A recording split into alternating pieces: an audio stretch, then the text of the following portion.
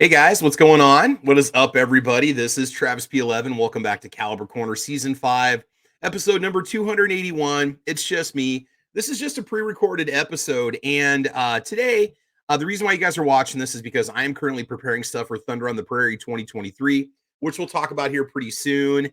Apologies, my lighting is off right now. I'm very red right now for some reason, and I'm not. So I'm doing a pre recording on StreamYard. It's the first time I've ever done this, but we're going to let it go anyway. Hello, everybody. Good morning. It is Saturday morning. If you're watching this, it should be May 4th, 5th, 6th, if I'm not mistaken, around 8 a.m. And I'm probably in the process of preparing goodies for Thunder on the Prairie 2023. So, first of all, what is that before we talk about my favorite bolt action rifle, the Ruger American Ranch 762 by 39? And there's a lot of reasons why I want to talk about this rifle right now, and we'll get to that here in just a little bit. Thunder on the Prairie 2023 is a get together of YouTubers that are pro Second Amendment folks, or just people that enjoy shooting in general. And we're going to be meeting over at Nebraska Shooters. I believe it's June 3rd and 4th, Saturday and Sunday. Yeah, because I think the second is a Friday. And so on June 3rd and 4th, we're going to have, well, on the 3rd, for the first half of the day, we're going to have a shooting contest, kind of like a top shot competition where we're going to have a good time competing against each other. And then in the afternoon, it's going to be an open range time. So you can bring stuff out there and shoot at Nebraska Shooters. It's a wonderful range. It's a great firearms instruction school. And so we'll be out there that whole time. And then on Sunday, it's going to be a chance for YouTubers to record videos, to have a chance to walk around on the range and do some shooting and moving, some things they might not get to do on their home range because of firing lines and things like that. So we're going to have secluded regions that are safe where YouTubers will be able to walk around and shoot on the range, and they can reserve a time and have a good time, or maybe borrow a firearm from one of their buddies and make a video on it or test it or show it off or whatever. It's going to be a really good time. We've got meals lined up and we're all going to go out for dinner and have fun. So about that event, it's $25 per day. If you want to register, just go over to nebraskashooters.com. You click on events. And when you find Thunder on the Prairie 2023, it's Thunder in caps and then 23 altogether. And that's the password that you need to register for the event. So $50 for both days. No, you don't have to attend both days if you don't want to. Otherwise, just $25 for the for one day if you just want to go on Saturday or just go on Sunday, whatever works for you. We have a lot of sponsors lined up for the event. We've got VersaCarry that's going to be providing holsters for people that registered early. We've also got Cleanse Oil that sent us a huge box of cleaning supplies and like a $200 cleaning kit we're going to be giving away. I'm working with Bear Creek Arsenal. Haven't heard from them yet. I'm working with a representative from there. Hopefully they'll come through for us. They were a little late sending us uppers last year. They did send us two that we tested on the channel and then gave away Thunder on the Prairie. We also have Blackout Coffee Company that's going to be the official caffeine supplier for the event. So thank you, Blackout Coffee Company. And they're sending us gifts and bags, or gifts and items to give away everybody that's going to be attending. We've got really cool swag bags that are going to be lined up for it. Let's see, who am I forgetting? I'm sure I'm forgetting somebody. Meat Ammunition. Yeah, that's going to be our primary supplier for the shooting day, the shooting event. It's going to be lots of fun. We're going to be testing out some of their 77 grain 5.56 ammo, also some of their frangible ammo, and they also make a relatively inexpensive brass plated steel case ammo or nickel plated steel case ammo. It looks really cool. I want to say it's 115 grain. It could be off on that. I'm going to be picking that up, and that's going to be showing up here very soon. So we're going to have a lot of fun. So shout out to Meat Ammunition, Meat Industries, located in Wood River, Nebraska. They manufacture, refurbish, and build ammunition presses for the ammunition industry, which is very cool because a lot of the ammo that you buy might have been made on one of their presses or a press that's been refurbished by them. It's one of those things where if you can't get parts for a bullet press, they make the parts to get the bullet press running again. Very, very cool company. From the ground up, they can design around for you. So check out Meat Industries. I believe it's meatammo.com, and then look up Meat Industries on Google, and you'll see exactly what's going on. So anyway, that's going to be happening. So that's why you guys are watching a pre-recording right now, because I'm getting items ready for that, all set to go. We got a lot of people coming in, and June 1st is going to get here really quick. Well, let's talk guns. Let's talk guns and ammo for a little while. What's going to be happening here? So since I'm not live, I believe I can do this. It should not be an issue because you guys are watching the pre-recording as we speak. I have my Ruger American rifle, the Ranch Edition. Okay, that's actually what it's called. Chambered in 762 by 39. Now, I looked it up, and I think it was $499 was the MSRP on this one. I bought it nearly 6 years ago. In September, it'll be 6 years that I've owned this. I've had it for over 5.5 years. I have put countless rounds through this thing. I've never actually disassembled the bolt to clean the bolt. I just wipe it off and then just, clean out the receiver, clean out the barrel about every, I don't know, maybe 500 rounds or so, and then just put it back together. So we'll go kind of front to back through the features on it and let you know a little bit about it and why I like it. The price on these, the MSRP has gone up. But here's the thing, guys. If you want a 7.62 by 39 bolt action rifle, you don't have a lot of options. There's the CZ, I believe 527, which is going to be replaced by a new CZ series soon, or if it's not already out, you might already find that. 527, in my opinion, is a superior gun. Better fit and finish. It's blued, got a wonderful wood stock, fantastic, amazing trigger. It is a bucket list gun for me. And it's got the one thing that this does not have. A lot of the 527s came equipped with iron sights. So how you could make a gun with the word ranch in the title and not put iron sights on it is above me. I mean, if anything, it should have something. And unfortunately, aftermarket options on this are very hard to find. Nodak Spud was making iron sights for it at one point. They got bought out by Palmetto State Armory, and those sights are no longer available. And I did not buy a set. So let's just kind of take you through the rifle. First of all, for ammunition, this thing was designed from the ground up to shoot steel case ammunition to extract it with no issues. So it does love to run Tula, 122, 123 grain with very few issues at all. I mean, it's generally 1 inch or less at 100 yards. First time I took it off, the thing was just a tack driver. I was shooting under 1 inch at 100 yards. It was benched. I had a massive optic on the top, but it did perform really well. I've shot Bellum, Igman, Hornady Custom. I'll show you the actual hunting round that I like to use with it. That's a soft tip round, soft point round, which is a little hard to find. A lot of the times you have to order that if you can't get it at your local FFL or gun store. What else have we run through it? I got to think. Oh, Norma. We've run some Norma through it too. I've done about a dozen different types of ammo through it over the last couple of years and just been taking it out. I don't hand load for it. I probably should get into it as little as, I would actually take it, say, hunting, since it would only get out a couple times a year. I could probably make a really potent round for it that would run really well. So we'll get to the ammo here in a little bit when I can set this thing down. So I'll get into the specs here in a little bit. I believe it is a 16-inch cold hammer forged barrel. Since you're running 7.62 by 39, you get basically, it produces some pretty stout velocity numbers, around 2,300 feet per second for, I think, a 123 grain round. And it does run really, really well. Not too many issues. The barrel doesn't get hot to the point that it starts to string out a little bit. You don't really notice that at all. It does have a threaded barrel on the end, and I'll go over the threads when I go through the specs for you. We'll take you over to the Ruger website. So one of the things about the ranch rifles that makes them a little bit unique from the Ruger Americans, you do have a shorter stock. So this is a little bit shorter on the front. It is a lot more rigid than the ranch standard stock, in my opinion. You do have the same length of pull. I believe it's 13.75 inches. They do make a youth model ranch that's a lot more compact, or a youth model American that's much, much smaller than this. But this is just, it's handy, it's quick, it's nimble. Granted, I've got almost like a 2-pound optic on the top, which I'll get to in a little bit.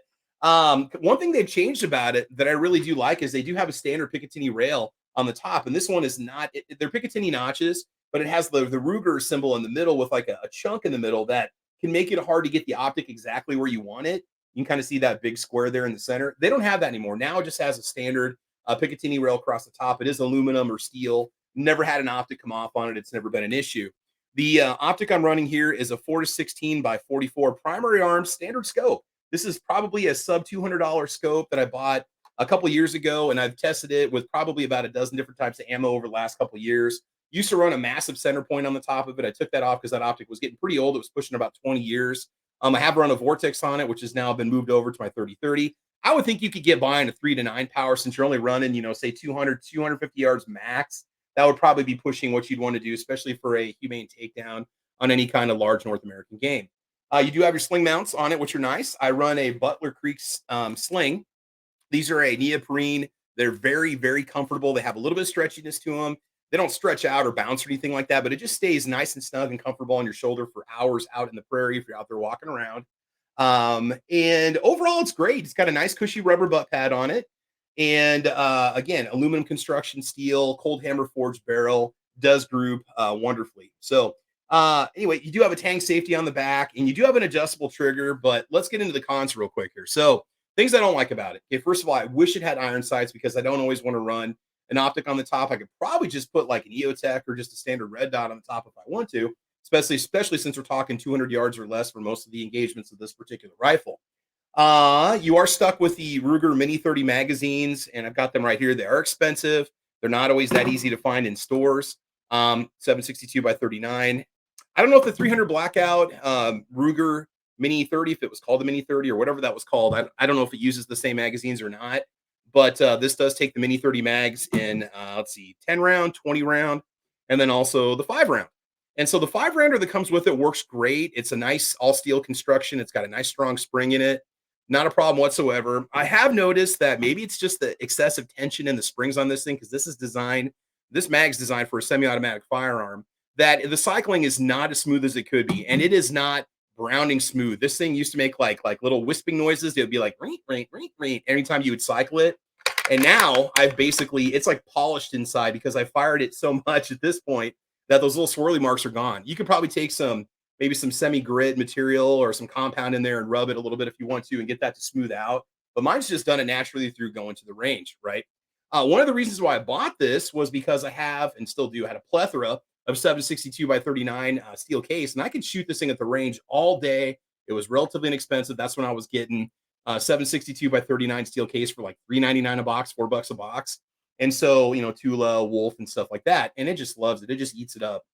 The rifles, the grooves inside of it. I still have strong rifling in there. I keep the barrel nice and clean. I do clean it just about after every range trip, although I probably don't need to. Okay, back to cons again. Adjustment of the trigger. You do have to take it out of the stock, and I do use some thread locker on the bolts just to ensure that they don't drive out because I do so much shooting with this thing. So adjustment of the trigger, I think it's 3 to 5 pounds, and so I have it set to probably 3.5, which does affect accuracy when it's sitting in a rest. That heavy trigger does have a tendency to kind of lift the gun just ever so slightly before you pull the trigger. And I think it does affect accuracy a little bit, but we're talking, and I'm still getting, 3/4 of an inch at 100 yards, even with all these rounds on it after all these years. But you can lighten up the trigger if you want to. I haven't done that. I've never had a problem with it not detonating steel case ammo, surplus primers. Never been a problem with this at all.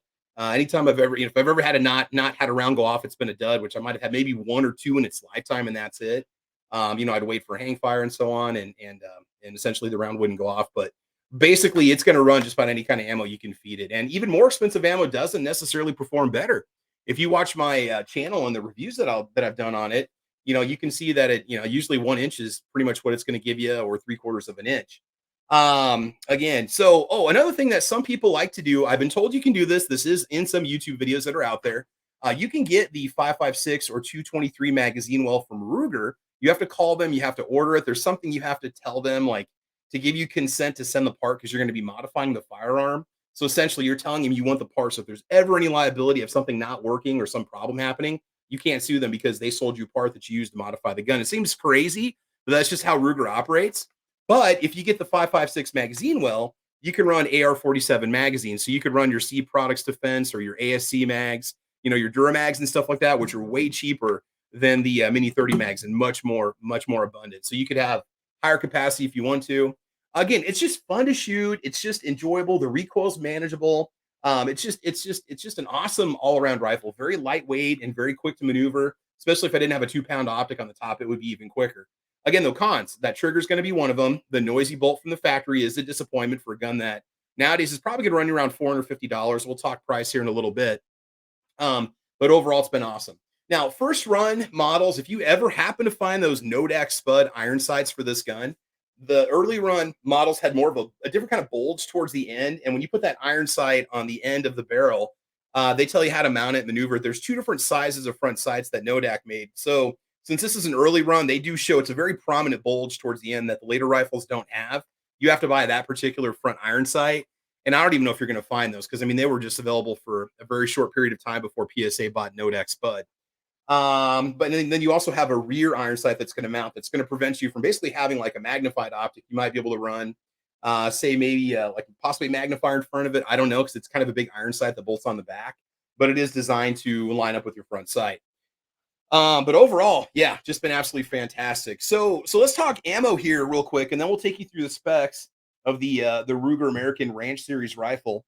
And like I said, I bought this in September of I think it's been about 6 years. Was it 2017? Something like that. You guys, if you check my early videos on it, you'll know what I'm talking about. So for ammo, I think the best stuff that I shot through it was the Bellum. The Bellum performed really, really well. I did chrono and write down the results when I had it out there. And it was 2,296 feet per second. And this is Boxer Prime stuff. This is about $14 a box, but it is a good premium round. You do have the weather sealed primers on the bottom. I've been saving my brass for it. So I can give these a squib load so we can reload them and take them if you want some. Got kind of a nice little, margarine butter container that it comes with. A pain to open, but apparently these are water resistant, dust resistant cases, so they can kind of sit out in the crap and your ammo does not get wet. I've also run Winchester PowerPoint 762 by 39 through it. Done some range testing with that. This stuff is a little hard to find, not cheap. I think it's probably around $27 a box. And so that's getting up there in price. And my favorite round, which Hornady doesn't make anymore, unfortunately, this is their 123 grain SST round. These were 50 round boxes for like 20 bucks. And not only do you get the premium Hornady bullet with the SST tip, it was actually done in steel case. So this is kind of a funky round that I don't know if they had a limited run of steel case ammo that they ran into or steel cases that they ran into. But the cases are marked. No, they're not marked with Hornady. It says, hang on a second here. HMC Hornady metallic cartridge. I thought maybe it was like a Barnall or something like that. I've only got so many rounds of this left over. I'm down to probably around 20 rounds or so. And so I'm holding on to this, but this would be my deer hunting round if I ever took this one out hunting. I've taken it out before as a spare rifle, but not actually hunted with it. I have seen deer dropped at almost 200 yards with this ammo on other YouTube channels that have taken out and hunted with it. But now they make this as Hornady black, so you can get a brass case. The problem is that's a buck a round. So it's like, $20 a box for 20 rounds. So overall, I've been really, really happy with it. So again, cons, like I said before, the mini 30 mags are kind of a pain in the butt to try to find them. I usually just, I've ordered them. I've only got a couple spares and that's it. But I am thinking about calling Ruger this summer, getting that magazine well changed out. So let's go over real quick to the Ruger website here. And I'm going to show you what they have for this particular rifle. Now, I also have a Ruger American standard rifle, which I absolutely love. They're very inexpensive. They're around 350 bucks. I think 400 with an optic. But here's the American Ranch rifle. It is actually called the Ranch rifle. The model number that I have is the 16976. I'll go back over all the calibers that they offer here in a little bit. It's got a flat dark earth stock. It looks pretty true to what you see right there in the picture. So we've got flat dark synthetic earth, feature standard is what it says. Sights, none. Scope rail installed. Barrel length is 16.12 inches and it is threaded. Alloy steel. It is cold hammer forged, the barrel. Magazine is from the Mini 30. The twist is 1 and 9.5 inches, right hand. Matte black, 5.9 pounds. So it's not light, but it's also very steady when you shoot it. It doesn't move around much. Your thread pattern, if you want to put a muzzle device on it, is 5/8 of an inch to 24. Overall length is 36 inches. Length of pull is 13.75 inches. Grooves are 5. Suggested retail, $669. So I think you can probably get these for around $599 now, which is about 150 bucks more than I paid 6 years ago. But given inflation, given how Ruger's raised their prices basically on all their guns, I would say if you can find one, definitely pick one up. You're not going to regret it. It does have the adjustable trigger that goes between 3 and 5 pounds. Ergonomic, lightweight synthetic stock, a soft rubber butt pad, like I said before. One piece, 3-lug bolt with a 70-degree throw, which provides ample scope clearance and utilizes a full diameter bolt body and dual cocking cams for smooth, easy cycling from the shoulder. Power bedding in it, so integrated block system. Basically, there are 2 metal blocks that are in the frame permanently, and the gun itself sits on those blocks. So when you bolt it in, you do have a free floated barrel, which is awesome. Although mine's kind of warped a little bit over time, but it's also 6 years old, and I take this thing with me all over the place. But again, if I'm getting under 1 inch at 100 yards, I really don't care. What else do we have here? Factory installed one-piece Picatinny scope base. Compact threaded barrel with factory installed thread protector, is cold hammer forged, resulting in ultra precise rifling. Visible, accessible, easy to acute tang safety, provides instant security. Also includes 1 magazine and these sling swivel studs.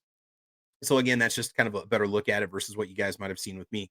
To take out the bolt, it's very simple. You pull back on the bolt after you loosen it, and then you've got a little button that you touch up here on the top right-hand side, and that you just push that button in and the bolt comes right out.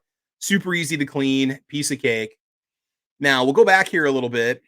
Here's all the different calibers that you can get for the Ruger American Ranch. You can get it in 450 Bushmaster, which I know a couple of you guys that watch my channel, you have that. 762 by 39. I think they're all pretty much 669 for MSRP. Let's see, the 556 models out there, the 300 blackout models out there. I believe James Reeves over at TFB TV bought that one. And I believe that, that's that magazine wells is set up to take the Magpul mags. So that would be your Snag mags or your P mags essentially. 350 Legend and a 350 Legend Compact, which would have a shorter stock on it, which might be a good one for little kids. 6.5 Grendel. They also have the 450 Bushmaster. Now you get into the distributor exclusives, and I've never seen these in person before. These are particular vendors that you would buy these at. the 450 Bushmaster, which has a camo pattern, the Iron Valley distributor exclusive, which is a really cool gold and black kind of two-tone finish, very sharp looking. You can also get kind of this foliage green Big Rock Sports distributor exclusive, limited availability. And as you go through it, you've got different types of camo that you can go. The Tallow distributor exclusive or Tallow distributor exclusives have a gold barrel with a muzzle device on the end of them. That's 5.56 and 204 Ruger, by the way. And then also 350 Legend with kind of a black or like a gray urban camo, which looks really cool. The Bill Hicks distributor exclusive. So warranty wise on this one, I guess I haven't mentioned that. Ruger doesn't mention that they have a lifetime warranty, but they simply say that if you own the gun and it fails, contact us and we will make it right. I've never heard of Ruger denying anybody for repair. You know, they want the guns running. They don't want the bad publicity. Even if you would happen to cause the damage to the gun, it's still worth calling them to find out what they would do for you. So overall, like I said, my favorite rifle, my favorite bolt action rifle, definitely the Ruger American Ranch series. Good gun. Put a lighter weight optic on the top, and I think you'd really like it. I'm still very tempted just to put a red dot on it, leave it like that. But at some point, this could get taken out for hunting, so it's set exactly as I want it. Let's go back here real quick. And so let's go back. We'll go to the Ruger. So here's the Ruger series, in case you're not familiar with it. They do have a Vortex Crossfire 2 version already mounted on the standard that you can get, which I believe it's cheaper than buying the rifle and the scope separately. You get a better deal on it. They got the Hunter stock, which uses a Magpul stock, the compact model, which I was going to buy one in 308 just as kind of a truck gun or a grab and go gun, but it is so compact. Like I was like this trying to hold it. And so I can't recommend the compact. Checking out the standard. I have a standard in 308. It's just a nice, no BS, just wonderful rifle. It says $599. I think you can probably get those for $399, $350. At least I think that's what they run at my local Shields. They do have left-handed models. They do have a left-handed 308 model, which is awesome. I don't know. I think they all have cold hammer forged barrels, if I'm not mistaken. 22-inch barrel. Overall length is 42 inches, 6.1 pounds, and then it says $599. So that's just the standard rifle. And this is what I have set up for 308. I will try to put together a playlist of my Ruger American rifle videos, try to put them all together in one. Because I did a video where Foose out there taught me how to do hand loads on 308, reloads and hand loads on 308. And we put together a really cool hunting round, but then also a full metal jacket plinking round, so to speak, that ballistically performs basically identical to the hunting round. So I can take the ammo out and warm up and tune my trigger and so on the plinking round and save my nice poly-tipped ammo for hunting situations a little bit cheaper that way too. So just a good, just kind of simple to the point rifle. Now I also had a Mossberg Patriot, and I'm not ripping on it. There's nothing wrong with it. I had one 6.5 Creedmoor. It was a little ammo finicky. If it wanted to group well, there's a couple types of ammo it just did not like, which is not unheard of for certain rifles that are out there. But I noticed that the stock was really flimsy on the forend. Like you could just bend the stock and it would touch the barrel. That's not the case with the Ruger Americans. I mean, they're not as rigid as like a nice Boyd stock or a good wood stock. Maybe even buy this rifle and upgrade it with a better wood stock if you're going to keep it for a long time. But it is a fairly rigid stock, and I'm pretty happy with it because sometimes the stocks are kind of crappy. But overall, just an absolutely fantastic rifle. So anyway, that's what I wanted to show you guys. So again, if you go to my channel and check out the playlist, I've got a ton of Ruger Ranch videos you guys can watch, and I'll try to link some of them at the end of this video if you're watching it. But otherwise, I think that's probably about it. So check out Thunder on the Prairie 2023. You can still register. We still have spaces available, but we do have a lot of people signed up right now. We have double what we had from last year, which is very cool. I'll be working at that event as a range safety officer, so I don't know if I'm going to get a chance to film as much as I want to. Hey, and also forgot Monstrum. Monstrum is also going to be, they provided a bunch of optics for us to give away at the event too. So we're going to be doing drawings in the afternoon. We usually do that either before or after the range day before we go to dinner. We have our drawings, and people can go home with some really nice optics. Some of them are 100, $200. So just shout out to those companies for supporting the small channels. I know I got 50,000 subscribers, but they don't have to do anything with us if they don't want to. But it's cool that they've been with us and supporting us, supporting small channels, supporting smaller, content creators. And again, if it generates sales for them, then it's definitely worth it. Trying to think if we have any discount codes or anything like that, we'll let you guys know in each of the individual videos, but it's going to be a very good time. It's just a good gathering of the minds of people that like to hang out and do their videos on YouTube, 2A activists, and so on. And it's going to be a lot of fun. So make sure you head over to nebraskashooters.com and get yourself signed up for Thunder on the Prairie 2023 in Firth, Nebraska, just south of Lincoln, Nebraska. And we'll get you all set up. So this is my favorite rifle, the Ruger American Ranch. Check out my videos on it. I love to shoot it. I've tried it with a bipod. I've tried it in sled. I've used it, taken it with me on a couple hunts before. Just a wonderful rifle, guys. So that's it. And no, no, no, no. I am not sponsored by Ruger. They don't even know who I am. I just somebody who really appreciates the making rifle that I've wanted for a very long time that didn't require me to spend double on a CZ. So anyway, guys, I want you to have fun. I want you to be safe. Thanks for watching this really quick little episode of the Caliber Corner. This probably won't even show up on my live stream section. It'll be in my regular feed. But episode number 281. I want you guys to make sure you check out the channels of all those people that watch this show. And I think that's it, guys. So I want you all to have fun. I want you to be safe. And as you know, we will talk to you soon. We will see you in 2 weeks. We'll have a couple episodes of Caliber Corner before we do Thunder on the Prairie 2023. So thanks a lot, guys. Have fun.